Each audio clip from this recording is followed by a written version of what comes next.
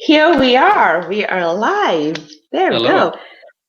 Hello, everybody. Hope you're having an awesome Friday. It's the end of the week. I am excited as hell, probably because the sun is out and it's the weekend and I don't have to homeschool. All reasons to be happy and joyous. But welcome on board. Good morning, good afternoon, good evening, wherever you are in the world. Today is the second session of Wealth Whispers, and we've got Dr. Anj Metha here with us that is going to be answering our questions around our health. And you know, your health is your primary wealth factor. So we're going to be talking about health. We're going to be talking, obviously, about COVID. I mean, elephant in the room. And we're going to be talking about as well how to keep ourselves I guess, safe and healthy during the pandemic and afterwards as well. Because to be honest, the basics of COVID is basically personal hygiene. So please, Anj, introduce yourself. All right. My name is Ansh Metha. I'm one of the doctors in the UK. I'm a GP trainee and A&E doctor by evening. And I know Anwin for quite a long time. Awesome, awesome. So tell us a bit, how's A&E going? A&E is Is it quiet, quite as I was busy saying. or, are dead? And I don't mean in any bad way, but No, the no. way the media is reporting everything, you think like people are dying by the second. So how is the reality of being on the front line? Well, do you know what? A&E, as a bit of a contrast, really. I mean, no one wants to actually come into A&E unless they absolutely have to, and we're actually seeing less and less people turning up to A&E. I think the government figures were about 57% less people coming into A&E this April compared to last. So we're definitely seeing a decline in A&E visits. Unfortunately, fortunately, most of them are things that can be sorted out in general practice. But there are some people who are not coming into A&E even when they've got things like chest pain, symptoms of stroke, things that we would love to see in A&E and urgently for that matter. So unfortunately, we've seen a lot of deaths for other reasons other than COVID. Certainly, there are people dying, but that's mostly in sort of ITU setting, and a lot nowadays in care homes as well. Okay. Yeah, Yeah. we've seen that. Again, I'm saying seeing it based on the news, but that a lot of that is happening. So what I'm going to do, so guys, as you're joining on, give us a thumbs up. If you have any questions for Dr. Mehta, please make sure that you comment it and I'll go through it as best as I can. I am going to start with the questions that came in already. Starts to all the questions and any concerns that you might have. So the first question here is it realistic to think that we're going to be able to maintain good hygiene in common areas such as toilets? Is this related to post-COVID inflammatory case rate expected to increase? So this question was from a mom asking about basically the kids going back to school. And if the whole inflammatory rate, I think there's a new symptom. Would that be an issue? And is there any call for concern? Okay. So the first part of the question, where are we going to be able to maintain sort of good hygiene standards in common areas? Is that what the question was? Yes. Yeah, I think it would be interesting to see in certainly in terms of school setting. It would be very important that we do that. Whether we will be able to do that, which I think would depend on a lot of factors. One, how many non-teaching staff are going to be able to come into the school. So cleaners, for example, such as janitors in the school. Also, how many pupils are we allowing to come in? Are we allowing all the pupils to come in at the same time? That would be a bit of a disaster, and I don't think certainly we'll be able to maintain good hygiene standards or social distancing measures, for that matter, if that's the case. So yeah, it'll depend on a lot of factors. And with regards to this post-COVID sort of multi-system inflammatory disease that we're seeing in children more and more, Now that's a interesting entity. So the question is, what would we see a spike in that? Is it?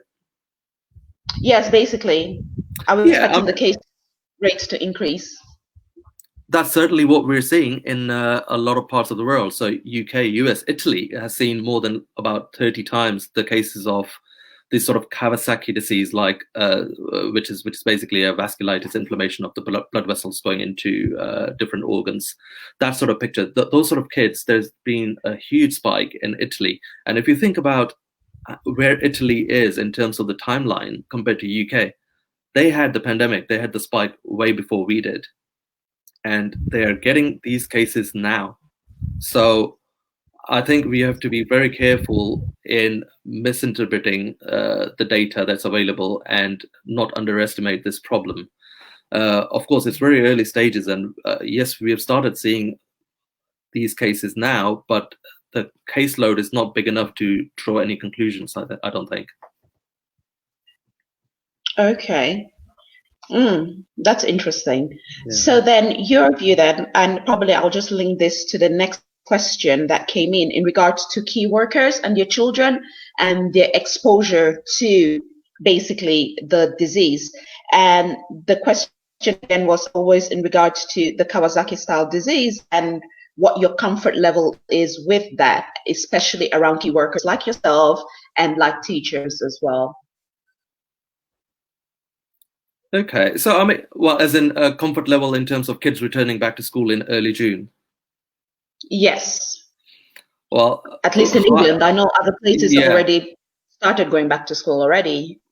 Yeah. I mean, I'm highly uncomfortable with that actually, because we are So first of all, children do not seem to be getting the classic manifestation of COVID, and most of the time, children are unwell because of non-COVID related stuff.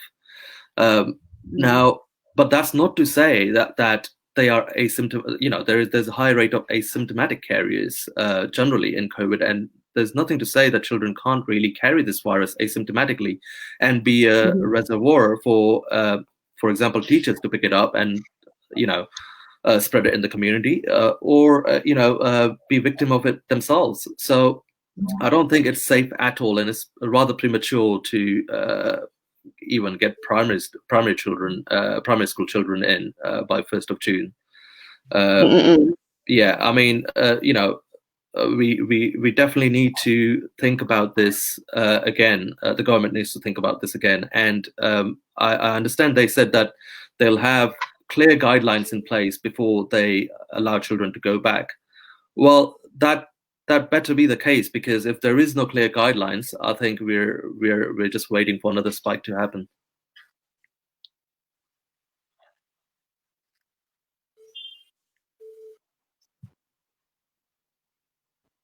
Yeah, definitely.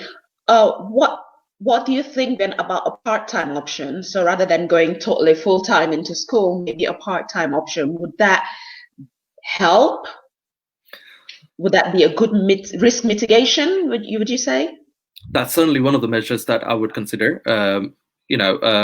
Part-time or doing shifts, like sort of some children coming in the morning, some children coming in the afternoon, or some children staying at home altogether on certain days, and other children coming into school. So some sort of measure to reduce the number of pupils coming in and number of time spent at school. So altered hours, that certainly would reduce and mitigate some of the risks.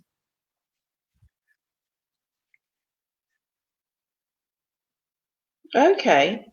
Well, yeah, that would help. I guess it would increase the social distancing, so to say. But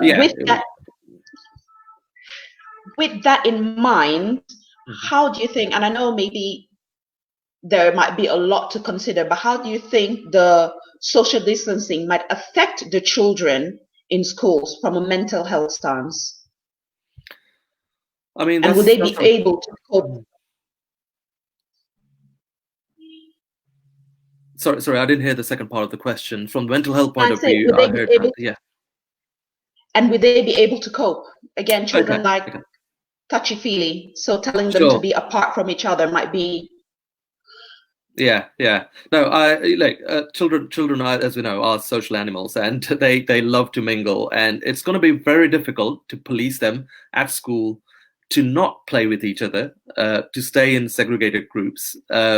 So one, it would be difficult to do that, and also if we do that, uh, I don't. I mean, I don't know the far-reaching implication of that on children's mental health as such, but certainly wouldn't be a uh, very desirable sort of effect on on their health, on their mental health, and certainly there'll be less level of satisfaction from that.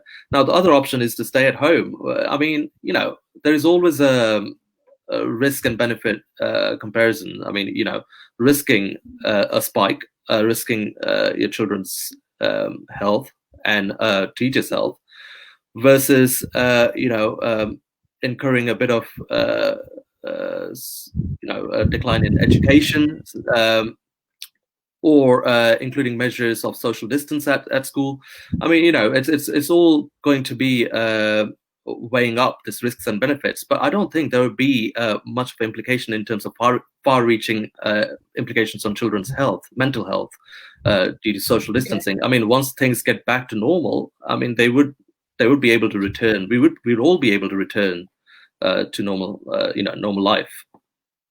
Mm-mm. Okay. Awesome.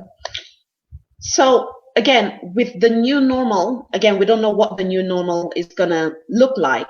So with the new normal, whatever that might be, what are you able to advise parents in regards to basically enhancing the awareness or the awareness of their kids from what you are seeing on the front line? I think the advice remains the same for adults as well as kids, and it's easier said than done. But strict hand hygiene is going to be a must in the school, and teachers would need to enforce this. Parents would need to educate their kids, and train them at home, perhaps, to wash their hands regularly, and showing the importance of that. Also, avoiding the T-zone, which we call this sort of eyes, nose, mouth. Avoiding touching the face. That's something that we need to explain to the children, and children would need to. Teachers would need to look out for that as well. And yeah, I think generally trying to explain to the children that it's to stay away from each other, sort of keep a distance between each other. So I think the training has to happen at home as well as at school. Okay, definitely. Most definitely. But as you know, with kids, they're one way at home and they're one way at school. Absolutely, exactly. It's very difficult to keep an eye on them and ensure that these all things happen.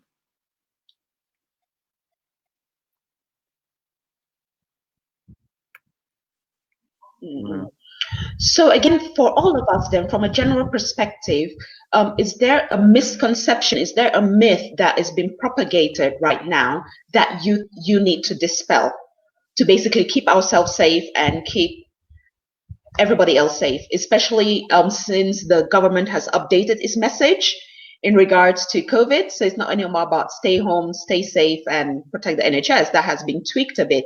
So is there any misconceptions or myths that's been propagated that you need to basically warn us of? Yeah, I mean, rather than myth, I would just call it, it's, I don't know what I would call it, but it's just that the advice may have changed from the government in terms of they might have changed the slogan from stay home to stay alert. It doesn't mean anything at all. We're still seeing cases. We're still, we're still seeing a lot of people dying in the hospital, in ITU setting, and the disease is still around. We've not seen as much of a decline that other European countries saw before before opening the lockdown. So it's certainly at a very early stage for the UK to do this, and I don't think, as general public, you should read too much into that. I mean, the things that we used to do before this lockdown partially opened, or the slogan changed, I think that still applies. And we, by staying alert, I think what they're trying to convey is that unless you absolutely have to, if you can work from home, you should work from home. That still stays. I think if you've got a lot of comorbidities, other medical conditions like diabetes, hypertension, you still should be staying at home and reducing exposure. So that hasn't changed at all. So I think much has changed in terms of how people should behave, regardless of what we're allowed to do now. For example, going to the parks to meet people. I think it's way too early to do that, and everyone obviously can we're relying on common sense here, but I think a clear guidance needs to be there as to how we can protect ourselves, and at what point we should start releasing the lockdown on a larger scale.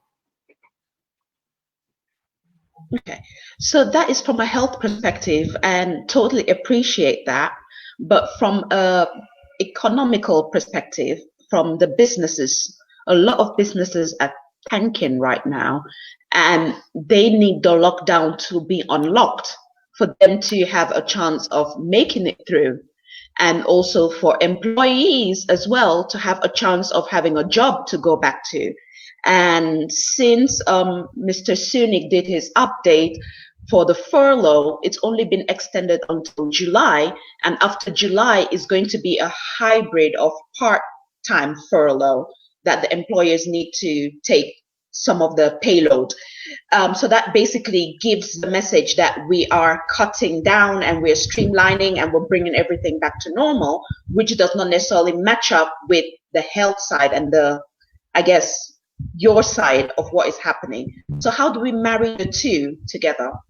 I think that's a very good question, and I think I don't really have a clear answer to that. But obviously, as a medical professional, I think I'm obviously more inclined to suggest staying more safe and keeping health as a priority. But I totally understand your question, and I think we'll just have to prioritize as to which businesses. I mean, obviously there are some regulations in terms of, or some plan as to which businesses would open in by June, or hospitality industry, they're thinking about doing that in July. I think a stepwise approach would be beneficial, but obviously there are some small businesses which are going to bear the brunt of this, and unfortunately, I don't think by July. As you just told me, they've extended until July. I don't think that's a realistic time frame by which we'll be out of this. There's opening business is one thing, but to gain public confidence to go out is another. Right. I mean, you can open restaurants up. How many people would at the moment be willing to just sit right next to each other in a restaurant and mingle with each other? So regardless of what they're allowed to do, I think there'll be there'll be something to consider in terms of the volume of people they're going to get going out. And and another thing is obviously with the employers to get their employees to stay 2 meters apart. We're already getting a lot of queries in GP land. Patients coming in. I actually had one patient coming in today saying that my father works in the garage as a cleaner, and the employers are unable to maintain 2 meter distance, social distancing. And he's got diabetes, hypertension. Can you give me a letter to say that my father can't go to work because of his medical conditions? We can't, because they don't fall into shielding category where they should be just staying at home and not go to work. But if they're not able to maintain 2 meter distance, the businesses can't really operate. They would need to work on shift patterns. Some people to work from home if they can. Some people to come into work. There would need to be strict social distancing measures to be taken by employer, even if they were to open. Okay, so yeah, that's quite a strong thing that you said there. That is one thing, opening up, but also another thing, giving the public confidence in basically the strategy. And from what happened, it doesn't look like there was much confidence from the last time Mr. Boris Johnson came to disclose his plan for the recovery. So Yeah, interesting. I was going to ask you one more question, but I'm also looking Yeah. at the time as well in regards to what your thoughts were, just briefly, what your thoughts were in regards to how Sweden, is it Sweden? I think it's Sweden, how Sweden is tackling it. So basically, they've not gone into lockdown or anything. They're doing the social distancing and everything is running as normal. Yeah, that's an interesting strategy. I mean, we'll just have to see if they remain, if the caseload there remains at the current level and they don't experience a massive spike later on to actually suggest that this strategy is successful. In my experience, I think countries that have done that have borne the brunt. I mean, Russia has started seeing more cases now. They have not done any lockdown, nothing at all, and they're starting to see a spike in the cases. In countries that had excellent record, like Germany, they've released a lockdown and they're seeing spike in their cases as well. So I don't think there is any country that has escaped not seeing a spike with no lockdown measures. So it would be interesting to see. Yeah, interesting you say about Germany because they're opening schools the 26th of this month. Kids will start going back to school. So that's right. They're one to watch out for, definitely. Absolutely. I think it's an evolving situation. We'll learn more. Yeah, definitely. So as we close, Anj, is there anything that you want to share? What would be your top 3 tips for us to basically keep our health up touch so that our wealth keeps building? Yeah, I think from the COVID point of view, keep the hand hygiene to the top max. Wash your hands, avoid the T-zone. Don't touch your face. Try and wear some sort of facial covering when you go out. I understand medical grade masks are not available to everyone, but some sort of facial covering, it's shown some benefit in terms of not spreading the infection. And also look after your mental health. I think it's very easy to get depressed and very negative about things when you're staying at home all the time. So I think listening to something like this and getting involved in video interactions with your friends and family, it's very important, I think. Okay, awesome. And is there any help that we can get from the NHS in regards to supporting us in staying healthy during this time period? I think there are a lot of measures, that have been introduced within NHS, at least in primary care, in terms of home visits, telephone consultations to avoid exposure of the patient to come into clinics. These are sort of things that have been done within NHS to reduce the caseload and keeping people healthy. So I think that's certainly something to bear in mind. And from a non-COVID perspective, because again, COVID is not going to last forever, but our health should. So from a non-COVID perspective, give us one tip to stay healthy and be wealthy. Stay healthy and be wealthy. Well, I think what you eating, watch what you eat, and exercise daily. I think those are the 2 key things. I think a lot of diseases, with what I've learned in medicine, are related to what we eat and drink. So I think watch what you eat, stay healthy, and exercise. Okay. Watch what you eat, stay healthy, and exercise. It can't be any simpler than that, guys. You just have to find what works for you in those 3 categories. Absolutely. It's easier said than done. It is. But again, guys, atomic habits, okay? Just 1% a day. I'm not asking you to, go from sitting down to running 5-mile marathons, okay? 1% a day, that's all I'm asking. Small changes, tiny changes, okay? So with that, I will be calling this to a close. Thank you very much, Dr. Metha, for coming on and giving us some clarity in regards to all what is going on around us, as crazy as it is. And guys, if you have any further questions, make sure that you do drop it in the comments below. And if possible, Dr. Metha will answer when he can. If not, I will do my best as well. I'm not necessarily in the medical field, but definitely anything else, I'm on top of it. Okay, so that will be it for us today. Thank you, everybody that joined us live and everybody that is watching on replay. Totally appreciate you. And make sure that you do share. All right. Have an absolutely awesome Friday. Have a great weekend. And I'll catch you on the next Wealth Whisper next week, Friday. Bye-bye for now.